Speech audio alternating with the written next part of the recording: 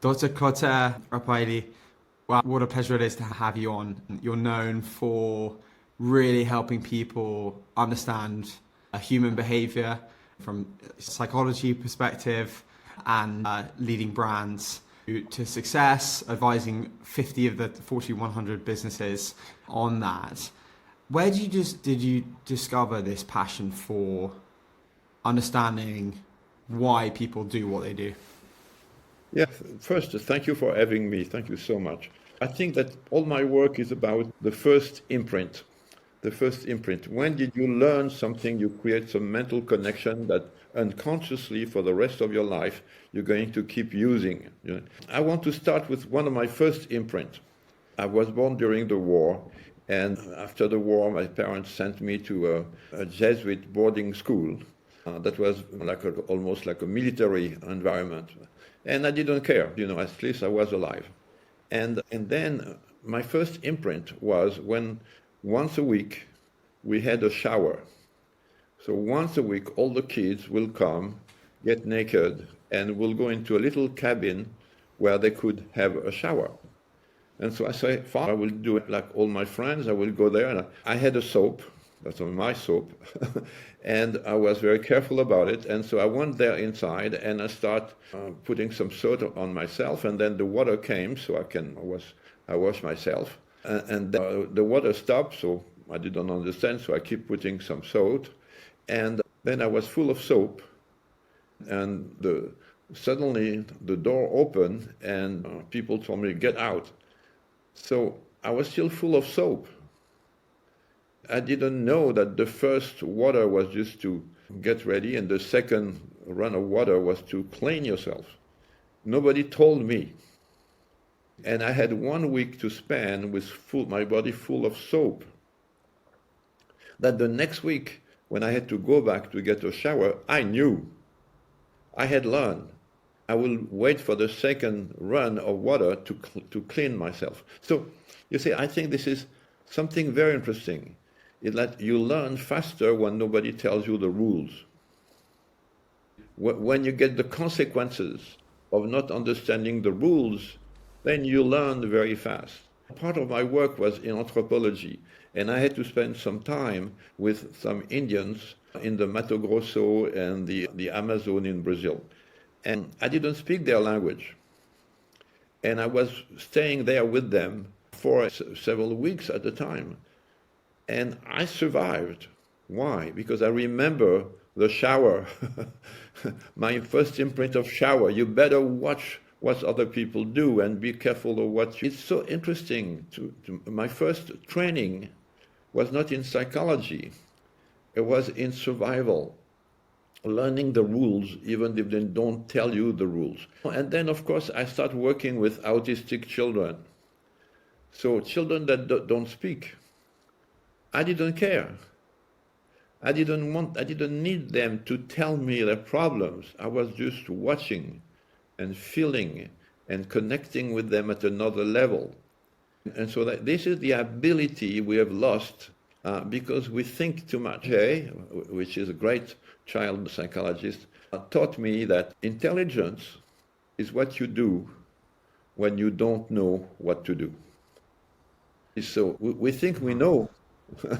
And so we're looking for the reference system that we have imprinted that say, wow, in this case, you should do that and that. The problem that we have today is that things keep changing so fast that whatever you knew becomes irrelevant. And so the big thing that we need today is to be able to activate this creative mind, to look at the environment, to grab the environment, to swallow everything, and to deduct what is the best behavior to have at that moment today. So I always wanted to understand not what people say, because I don't believe what people say. They don't lie, they just don't know why they're doing what they do. So this is becoming unconscious. So this is natural, let's do that, you're sure. But they don't understand why they're doing that. But if you discover the first imprint and you understand the code of that's why you understand better suddenly why. Because there is always a connection.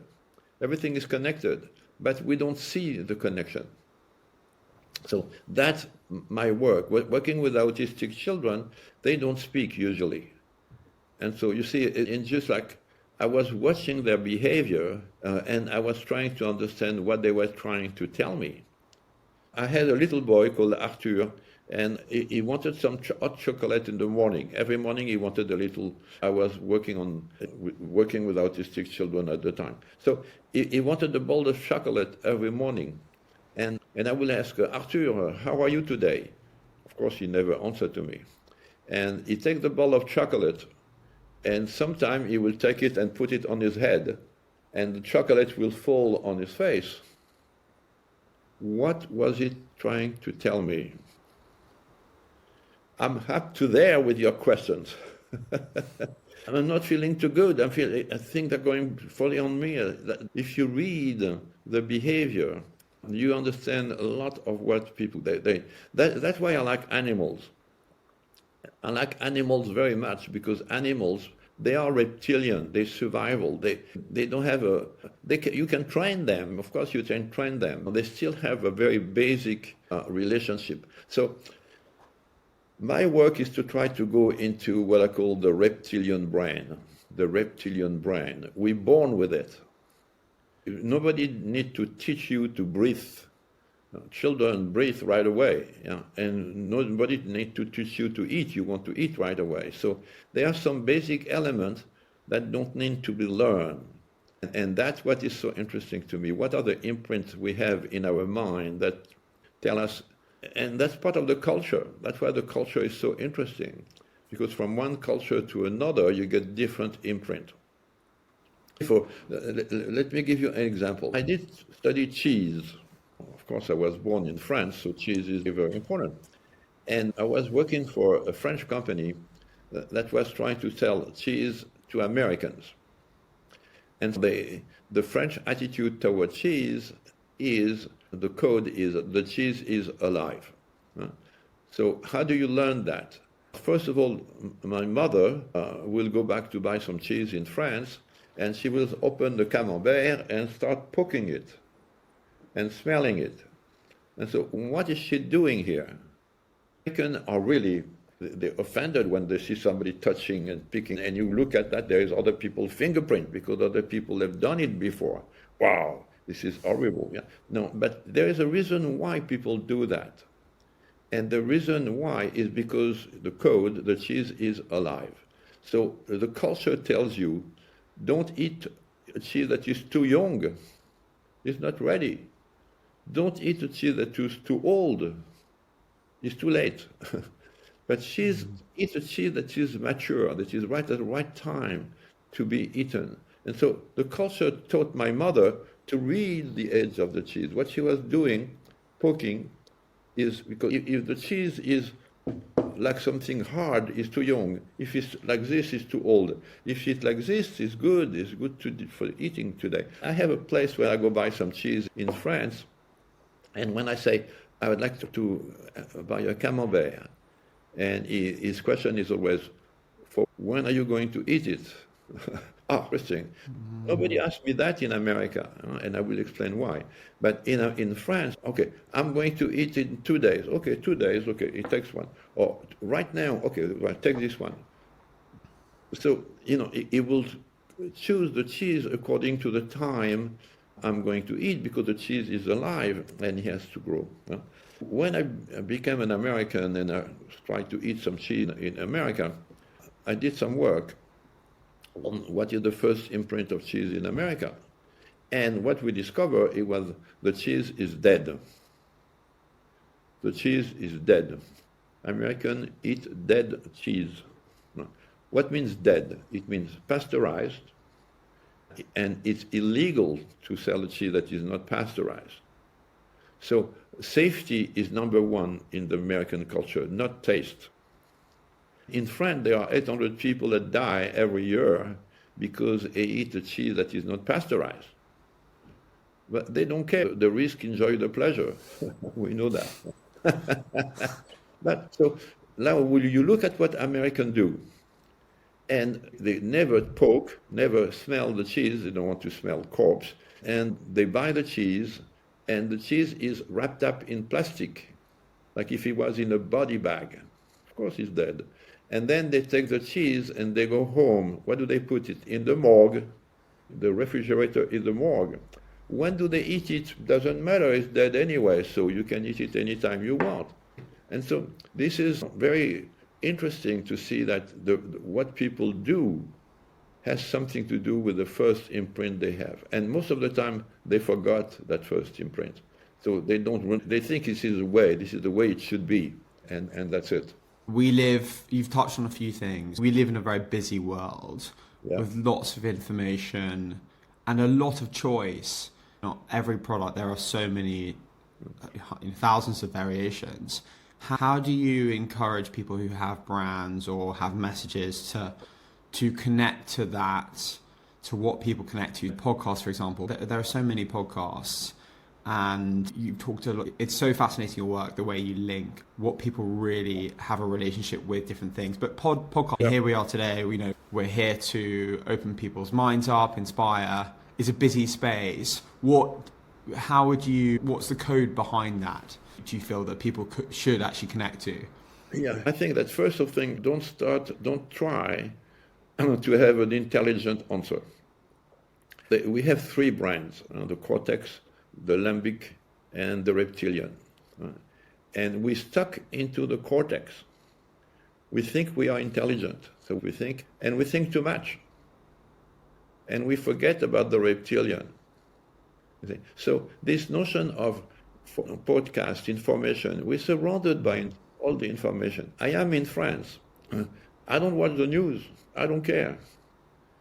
Because one day after the other, the people keep saying the same thing, repeating the same thing, and that doesn't go anywhere. So it's like a buzz that I have to prioritize. There are things that I'd rather read the poetry than watch the news. There is more truth in the poetry than in the news. Now, of course, if I'm going to travel, I need to understand what is going on there, what are the new rules that they invented for us. So I might get some information here, but it's practical information to be able not to be bothered by going through. But the general feeling about the international, we have so many wars all the time. I remember reading that the first 1914, the First World War was supposed to be the war to end all wars. Thank you. Didn't work very well. This is it. So today we have so many information. I know how many people died in Bangladesh every day in accidents, on road accidents. Or I know how many people in Zimbabwe are going to die of anger. And all that information. What do you do with all that, you see? So how this is influencing my behavior, that's what is important here. If you want not to think, then you go into other people thinking for you. So they tell you what to think, yeah. But if you're not interested, who cares? For example, I will spend 1 week without watching the news when I'm in France. Nothing at all. I just read and write, and I'm very happy with that. After 1 week, my life is still the same. I don't have any special problem besides maybe less anxiety than if I was watching the news all the time. So what is my advice? My advice is try to always connect to the reptilian brain. And the reptilian brain is the smell, the touch. For example, I love animals because I can touch them. And touch is very reptilian. You need to be touched when you are a baby, otherwise you don't survive. So our first imprint of being touched, manipulated. You see, this is becoming a bad word, to manipulate people. But we want to be manipulated. Manipulate means hand, mano. So you want to be touched, And the culture tells you, no, okay, so then we got people isolated. Why do you think so many old people? What is a couple today after a certain age? It's a human, usually a woman, and a dog or a cat. That's a couple. Why? Because there is a reptilian dimension in the animal. You feed them, you take them out to do their business outside, you touch them, you hug them. There is this very simple connection. So animals are the best therapists. I remember I was working in a hospital in Denver, Colorado, and they had, in the lobby, they had all the pictures and the portraits of the doctors working in this hospital. And on the right side, they had all the animals working in this hospital. They call that dog therapy. And I remember speaking with patients that say, oh, my dog didn't come today, I'm missing my dog. The dog was a therapist coming with a dog, and you can speak to the dog and you can caress the dog. And they even told me that the dogs are better at diagnosing what is happening to you than the medical doctors. They told me some dog, they're going to crawl under the bed and start crying because the person is going to die. And nobody knew the person was going to die. I said, but the dogs, yes. Which means there is a connection at the reptilian level, which is so powerful that we lost this ability. For example, I've done a lot of work on smell. Firmenich was one of my clients, and they're the one that create all the perfumes and the eau de toilette that you use all the time. And the smell is so important that people rather be blind. Some people told me I'd rather be blind than not be able to smell. Wow.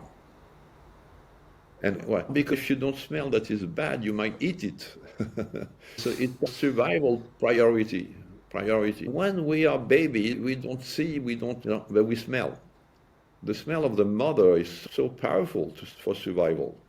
So we should learn how to smell again, because we lost this ability. This is so simple. For example, I come to a place like where I am in Normandy, and I remember the smell of this place. And that triggers a lot of emotion for me to remember the smell of this place. But most of the time, we forgot to imprint it. We forgot to remember that. So sometimes we have a smell, we don't know where it's coming from. We say, oh, what's that? See, so there is a disconnect. We need to reconnect with all these strong elements of survival, because smelling is associated with survival. Smell, taste, the food is a good example. We need to eat every day. But do we really smell? Do we really taste? In America, lunch is 6 minutes in front of television. Do you have time to smell? When you spend 6 minutes for lunch, rituals are very important because they help us to reconnect and to really enjoy. Let me give you an example again. In France, people love wine. And, there is a very long tradition of wine in France, of course. But the way you relate to the wine is very important. You don't drink it because you're thirsty. Oh, only Americans do that. But you don't, you drink it because you want to enjoy the taste, and the smell and the look. So there is a ritual. You start opening a bottle of wine. You don't drink it right away. You go into a decanter to reoxygenate it. It's very interesting to take the time. And then you look at the legs, which is very interesting because the way French describe wine is almost like if they were describing a woman. The wine has legs and thighs and smell, and it's just, oh, whoa, a color. They speak about the robe of the wine, just amazing. So there is a very sensuous way to relate to wine. And then you wait for the right time to drink it, and then you don't swallow it right away.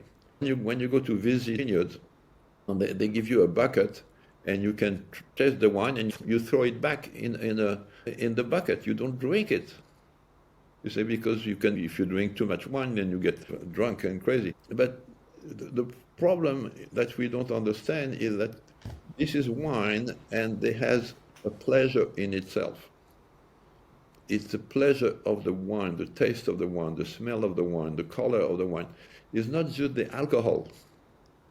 And that's why it's interesting to see the difference between how people relate to everything like wine, coffee, food, from one culture to another. So fascinating. There's clearly a theme of connection, and I love that the way you draw back to our basic needs that are universal. And your work as you cover how cultures are different and different cultures relate to things in different ways. Knowing what you know, and you've had years of studying human behavior, what advice do you have to people who feel disconnected? Maybe it's lonely. What do you see as the sort of the approach that people should be taking to have more fulfillment, feeling more connected, more purpose? Yeah, I think you have to address your reptilian need first. I remember reading a little cartoons. It's two women speaking to each other. And one woman say, I would like to find somebody that be loyal to me, will always kiss me, will always be there for me, will be happy to see me. And she said, okay, buy a dog. So you see, buy a dog, which means that you don't going to find a man like this. Forget it. You have to need to buy a dog. And so the way to reconnect with what I call the reptilian brain is to go into people that are reptilian or beings that are reptilian, dog or cat, they're reptilian. But then communicate with them. This is so interesting. For example, I've done a lot of psychotherapy, psychoanalysis and everything. And I have a dog that is the best psychotherapist I ever had. So when I was in psychoanalysis, the analyst was behind me in a chair, and sometime I will turn around and he was asleep. Okay, it doesn't matter because this is a projection. But when I speak to my dog, he never falls asleep. So he doesn't speak. My analyst didn't speak either. He's not supposed to speak. Okay, so you see, so there is a way to connect with different elements in life, other than to go through your cell phone or your computer I call that the zombie culture. People are not there, they are somewhere on the phone. So my first recommendation, I will say, is that spend some time without your cell phone. Spend some time without calling anybody. Spend some time with just when you walk in the forest, not just your cell phone in your... No, just get rid of the cell phone and start feeling, smelling, seeing, listening to the noise. And that's the way to reconnect. We have, the cell phone is a drug, and the drug takes you away from the reality. So this is what is so interesting. For example, look at teenagers. Try to take their cell phone away. They're ready to kill for that. Recently in Paris, two teenagers attacked a woman, and they wanted to steal her cell phone, and she didn't want, so they killed her. Wow. So you see, so your life depends on things like that. That are so interesting. Why do we care so much about that? Because it's a drug. It's a way to get away from the reality, the real smell, the real touch, the real feeling, there are hotels in California, and I went there to see how it looked like. And you spend more than $1,000 a night there. Why? Because there is no internet, there is no telephone, there is no television, there is no electricity. Oh, candles.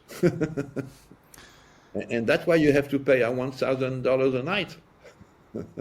Not for what they have, for what they have not. And I promise you, this is a great experience. Only wow, when you spend a week like this and you go to the restaurant and you want to speak to people, you want to connect with people. So that's what is so, again, powerful, is that we get stuck into a way of life that is not reptilian and is not natural and is not, something is wrong with that. I don't want to go too much into criticizing the modern world. For example, I believe in quantum physics. And I don't know if you're familiar with quantum physics, but in quantum physics, everything is connected. everything is connected. The way you dress is connected, your glasses connected, what you have behind your head is connected. All that is connected. So we don't see the connection, but part of the ability we have to develop is to find the connection, connect the dots. I watch a lot of television in different countries just to see how the television express the culture.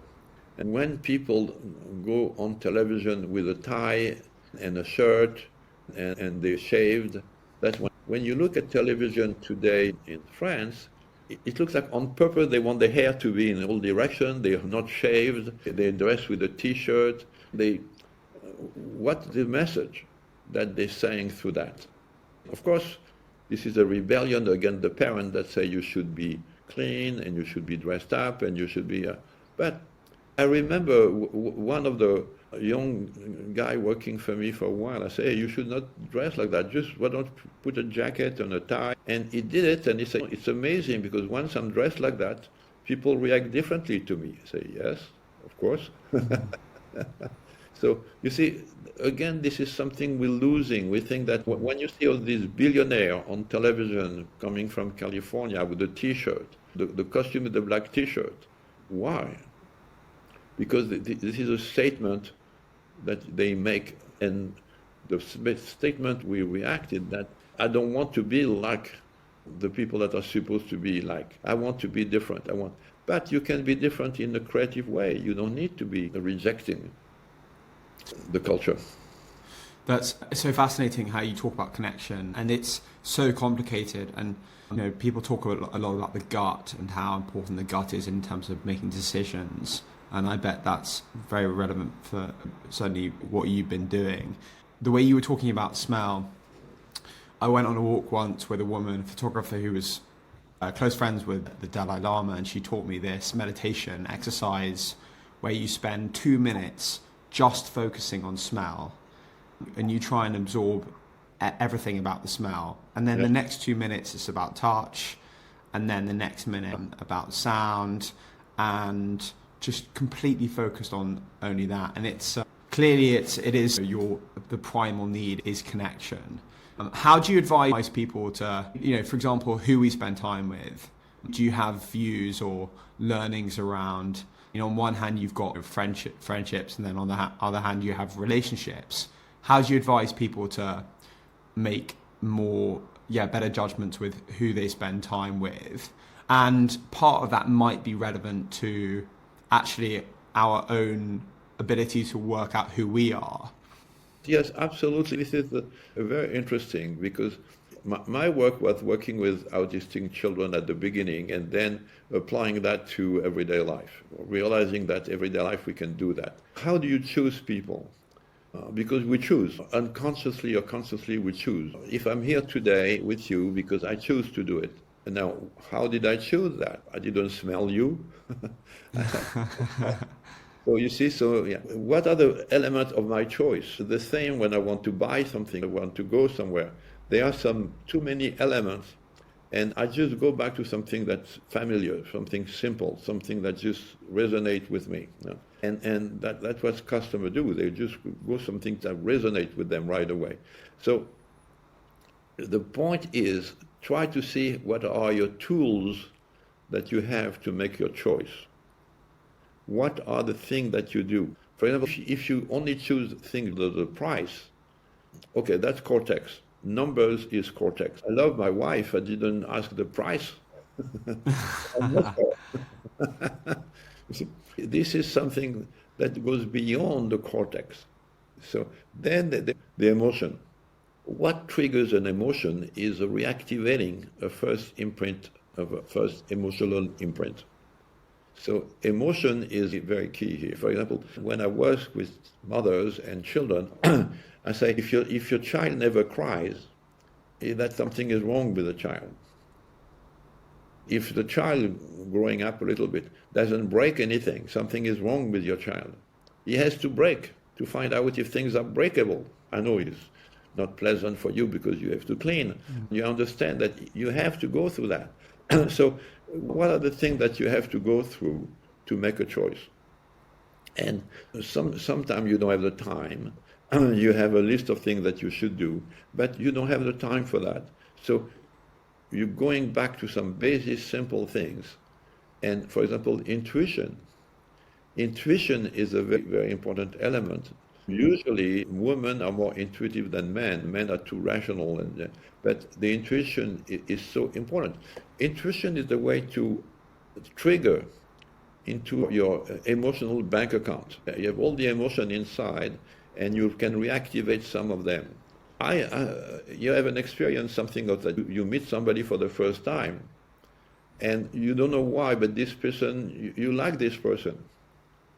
Now, don't try to understand why, because understand means going to the cortex. It's irrelevant. Enjoy it. That's it. My point is enjoy it. This is very simple. If you, after a certain time, you don't like this person anymore, go away. Don't feel sorry about that. Just follow your instinct, follow your reptilian, follow your feelings, your guts. We think that the brain is right there, but the brain is at the gut level. Your guts is another brain, and maybe more important than the brain you have in your skull there. And people make so many decisions every day, from which side of the pavement do I walk to, you've got very important decisions, then tiny decisions. Maybe you want to focus on how we improve our ability to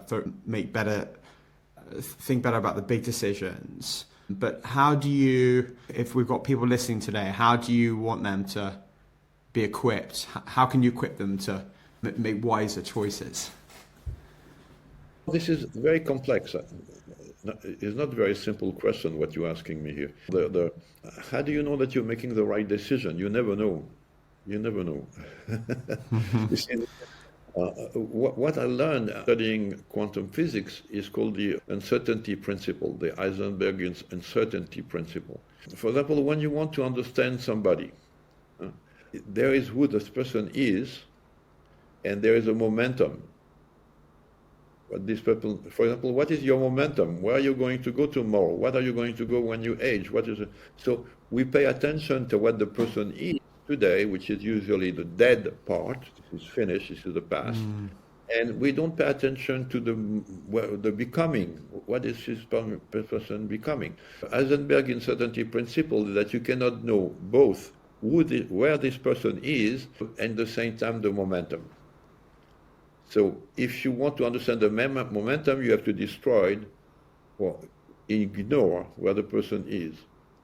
And if you want to understand where the person is, you have to forget about the momentum. So this is the uncertainty principle.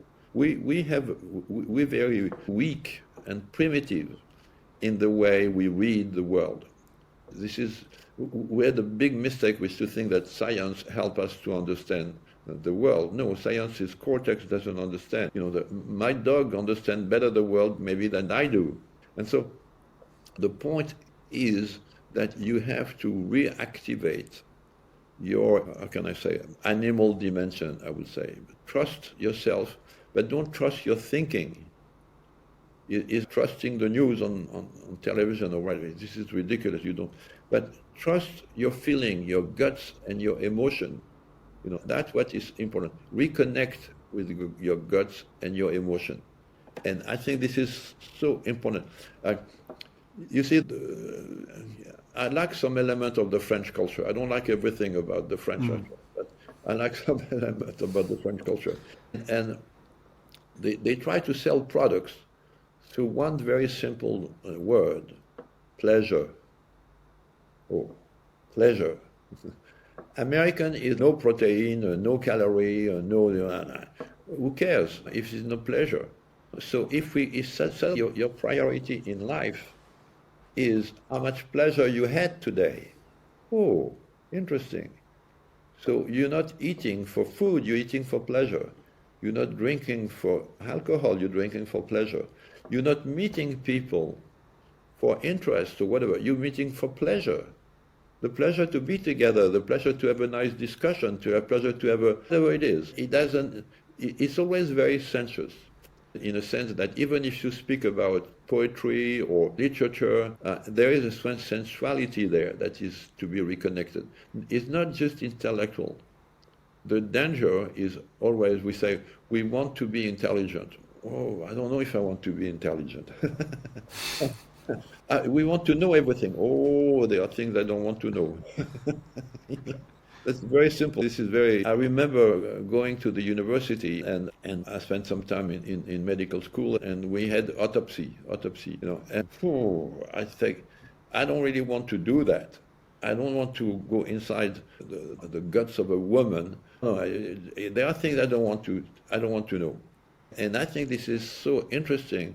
Make a list of the things you don't want to know and avoid them. If you don't want to know them, why do you want to know them? Oh, you have to know. No, you don't have to know. It's a choice. And feed your mind things that you like. And forget about putting the bad thing in your mind that you don't want. For example, there are things that I don't want to see in a movie. I don't want to see that in a movie. I don't want to see people torturing animals or children. I don't want to see that. No, I don't. Sorry. I don't even know that it exists. You see, it's just keep that away from your mind.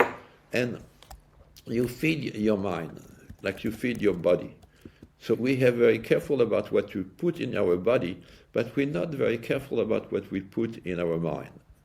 And that is a big mistake. So one thing that's been quite interesting learning about your work is your coverage on culture and how people are different.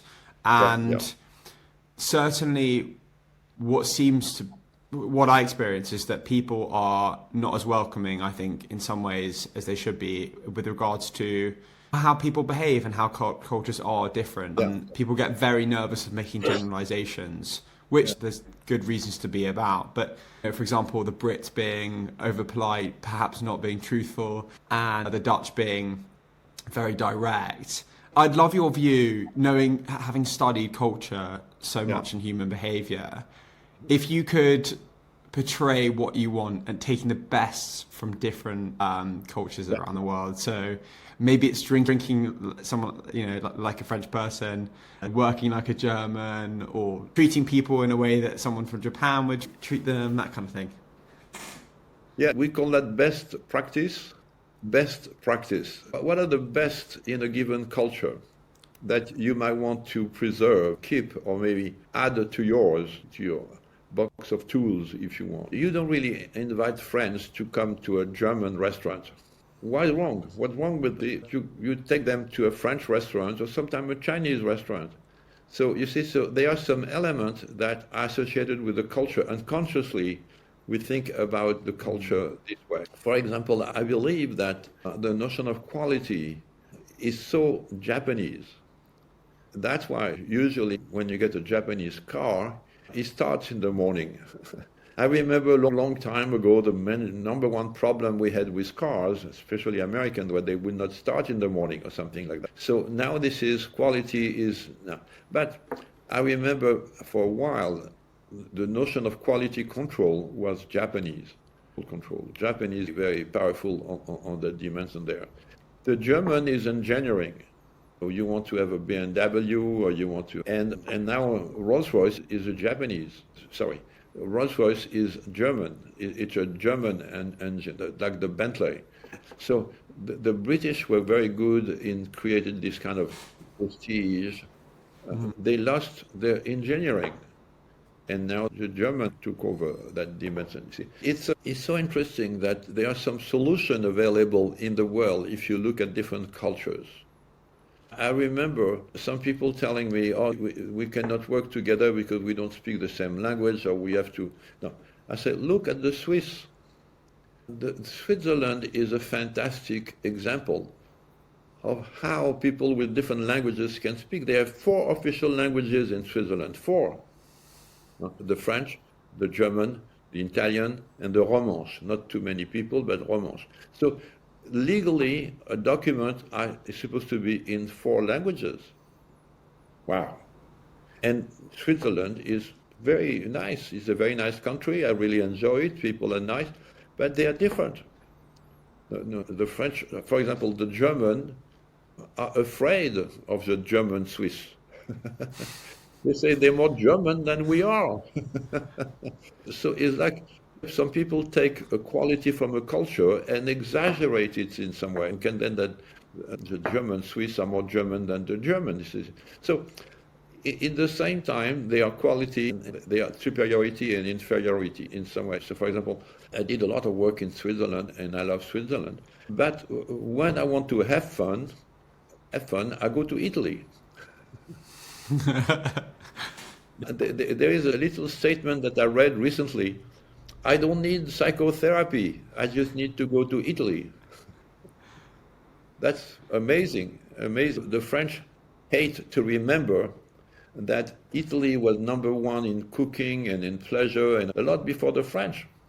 And François Ier, a French king, say we have to imitate the Italians. They're a lot better than we are. And he was the one that asked Leonardo da Vinci to come to France and teach, and that's why Leonardo da Vinci died in France. And the Italian culture was best at a certain time and then lost it and maybe come back. But still, personally, if I am in Germany, I'm not going to Germany for pleasure, but I might go to Italy for pleasure. So each culture has a dimension that you might want to acknowledge. I'd be careful about the fact that some culture catch up with the others. For example, there is a new whiskey that I really like very much. It's Japanese. What? Yeah, it's a Japanese whiskey, and these guys are so good. Now, it costs a lot of money, but so we have to be, again, for example, there are vodka made in France. And these vodka are good. Why? Because the French have a culture of making alcohol and cognac and all these things. So there's a tradition of working with alcohol product. They go into, for example, in France, people drink more whiskey than any per capita, per head. People need more whiskey than any other place in the world. Whiskey. Everybody. So you go to a friend and then you take a glass and you put some whiskey and never put an ice in the whiskey. No water, no, nothing. Just straight. Oh. And they drink more in quantity per capita than anybody else in the world. So what is that? So what you can see is that there is a tradition, in every culture that can be used as a reference system for the planet. I will still think that I like the French cuisine, French food, but I like the German cars in some ways. I learned the Italian elegance and design. So there are several cultures like that. Combining all this is the way you make your own relationship with cultures. I would, for example, I like sushi, but I don't want to become Japanese. So there are some things you want. I did a lot of work in Japan. My first work, paying job, was in Japan at the time for Nestlé. And it's fascinating culture, very intense, okay. But in the same time, I don't want to be Japanese. This is clear. I don't want to become. So again, there is this ambiguity sometimes. If you drive a German car, it doesn't mean you become German. If you eat sushi, it doesn't mean you become Japanese. But you need to keep your own identity, and at the same time be able to get the best from all these different cultures. Yeah, from each. Yeah, that's interesting. And you've mentioned technology is not always your friend, as it were, and you like to be without it. At the same time, and also what you've also touched on is how cultures change, and sometimes it can be hard to pick up on these things because that movement is quite slow, it's very subtle, and of course that change is so multidimensional. Now with AI bringing in information to such an accessible way and then adjusting in terms of how people want to absorb information, there is something to be said about incredible improvements in connection, but then equally it can make you very isolated. But for example, AI can improve our ability to work out which services are available to us that we need. Do you have any surprising views or core beliefs around what it will bring us in the future? Yeah, I think I have a very strong position regarding artificial intelligence. is very artificial, definitely. And so I think that what is interesting, what happened recently, is that artificial intelligence and traditional computers try to solve a problem. And it would have taken years because they solved this problem.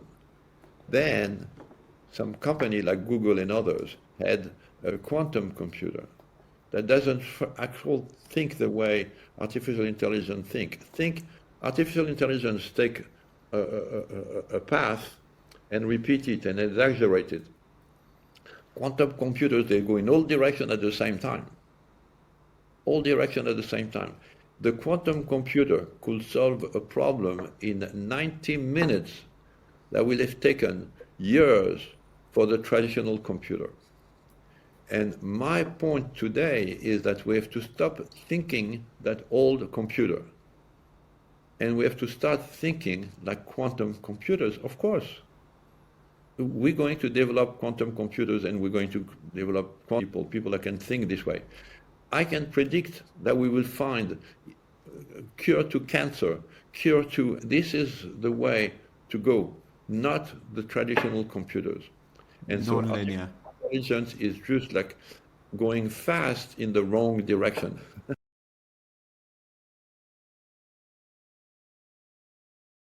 Sorry. Yeah. No, fascinating. Your thinking just touches on so much, how we make decisions, how we find joy, what we need. Do you feel, you've talked a lot about how a lot of our core needs being from our reptile needs. Do you think that sounds like it's massively under-focused on? And there are, one reads these instances where people are healed through quite non-traditional ways. Do you feel like not enough money is being spent on us understanding how we meet those needs? I think that the big business, the direction of the big business is health, survival, living longer. When we're going to have people that are going to be 120 as an average, I'm planning to be 120. That's my mindset. And so this is it. That is going to create a situation that is completely different to what we thought about yesterday. So this evolution of health and how you take care of your body and how you can take care of your mind and how you this is going to be the next big thing. Not so much to make money short term. Because the way you're planning your life is different if you're going to be 150 or if you're going to die when you are 85. This is very different. So I think we have to start thinking quantum and thinking age. And the notion of time and the length of life, what means life? You have a different mindset if you think about. I know that some people think that aging is a disease, and so we can cure it. So then we don't age anymore. I've done work on that, by the way. I've been paid by a company that was to say, get me the code for immortality, and they pay me to study that. That is very difficult to think about, because do you want to be 200 years old? If you are 200 years old and nobody else is 200 years old, so all the people you know are dead. Or do you want everybody to be 200 years old? And then there is some limits. Our mind we can think about being 120, 130, okay. 150 already, 200 years old, we don't want to be 200 years old. This is a mindset. There is no reality behind that. It's just the way we think about it, yeah. But so we don't want to age too much. And then there are the classic things that say, okay, I'm okay to age as long as I can keep my mobility, I keep my mindset, my mind is still working, and my body is still working. Okay, but there are limits in our imagination. The limit that we have is a limit of imagination. If we can imagine something, we have the resources that we can create it. We can create everything. I believe that. I remember when I saw the first man landing on the moon in 1969. That was a little step for man, a big step for mankind. Yes, yeah. But that was in 69. God, what happened since then? And so we can dream, what is the next moon to explore? What is the next step, big step for mankind? What is the next? I think this is so exciting, but looking at the way we think in the past doesn't going to help us. I believe that you cannot solve a problem today with the same mindset that created this problem. That's very important. You cannot solve a problem with the same mindset that we created it. You need to change your mind. And that's what quantum physics does. That's what I do. I say, people, start thinking the way you think. Start exploring, discovering, go into another direction. What is the next moon? We went to the moon, okay, already done. What is next? You say. I work for NASA, for example, and they say, how come the government doesn't give us any money? We need more money. I say, what are you offering? A shuttle to go to the moon? A shuttle back and forth all the time? It's like going back from New York to Boston and back. This is not exciting. Of course they don't want to give you money for something that is not exciting. A shuttle? Wow.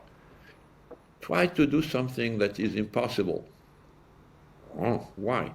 Because you're American. Only what is impossible is interesting. So at the time, that was like 15 years ago, I told them, go to Mars. What? Yeah, go to Mars. It's impossible. Great.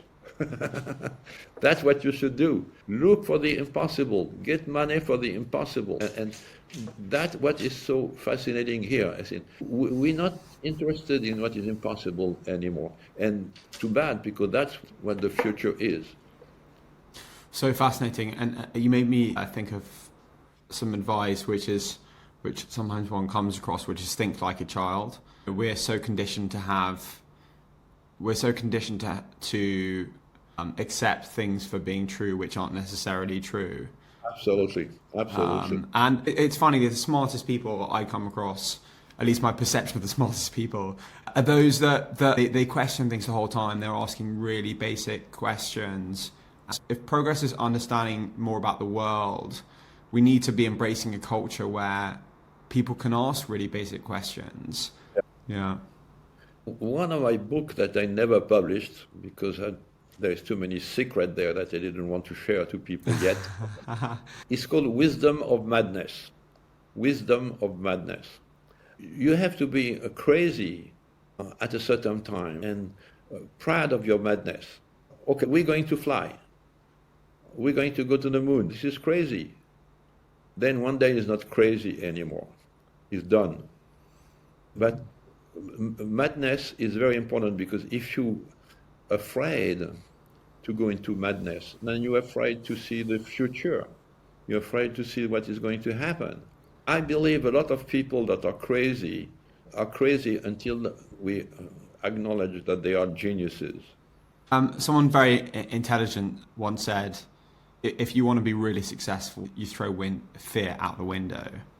Do you have a view on that? Do you agree with that? And how should one be approaching avoiding getting absorbed by fear? Because if one is absorbed by fear, it seems to be the opposite to creating and following a sense of productivity.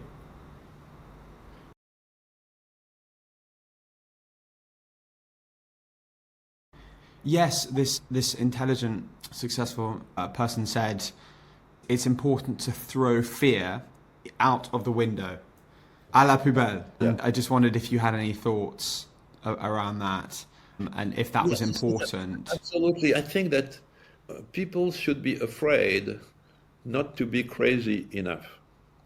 This is what is killing people is the routine, the repetition, the patterns, the limit in their mindset, the fact that they don't want to see beyond the little frontier. This is what is really killing people. For me, the wisdom of madness is very important, because a lot of people have the crazy idea, but they have been repressed. Sometimes by the culture. There are some culture, the American culture, for example. When I was teaching in the French university, I had already crazy ideas. I say, I want to teach that and that. I say, no, you cannot do that. This is not acceptable. You're crazy. Stop saying things like that. So I say, okay, go to hell. And I moved to America. And I went to Michigan. to Grand Valley State colleges where I was teaching there. And I was so surprised. I say, oh, I would like to do that. Yes, do it. Oh my God, I want to teach a class on that. Yes, do it. Oh, wow. See, so suddenly, every time I had a crazy idea, at the time we're doing meditation, but that was before meditation became such fashionable. And so I say, I want my students to go to a walk in the park and turn in circle, trying to empty their mind for an hour. And they say, sure, let's do it. Let me try to explain that to people at the Sorbonne in Paris, that we have to go into meditation and we're going to turn in circle for an hour without doing it. And they say, you crazy? What is this? So that's what is so interesting. The culture, the American culture, is just do it. Nike, fantastic slogan. Yeah. Just do it. Yeah. We usually say that American, they don't know what they're going to do, but they do it. That's so fantastic. And there's so much commentary around Americans' attitude to failure, just having a go. It's very different to the UK. And just you talk about meditation, we've had on the podcast the founders of the London Meditation Centre, which teach transcendental meditation, Vedic meditation, which ever since I started doing that a year ago, it's been quite incredible. And so much of what you've talked today is about just connection and being present. Honestly, it's been so fantastic to have you on. A real privilege. Okay, I really enjoy it. We should do it again.